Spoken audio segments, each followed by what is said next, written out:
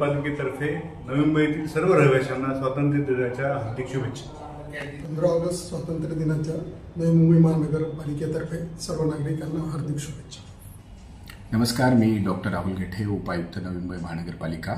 नवी मुंबई महानगरपालिकेच्या सर्व नागरिकांना प्रथमतः स्वातंत्र्य दिनाच्या हार्दिक शुभेच्छा।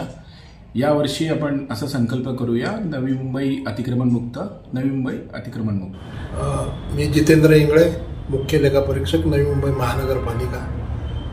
आज दिनांक 15 ऑगस्ट 78व्या स्वातंत्र्य दिनानिमित्त सर्वांना खूप खूप शुभेच्छा।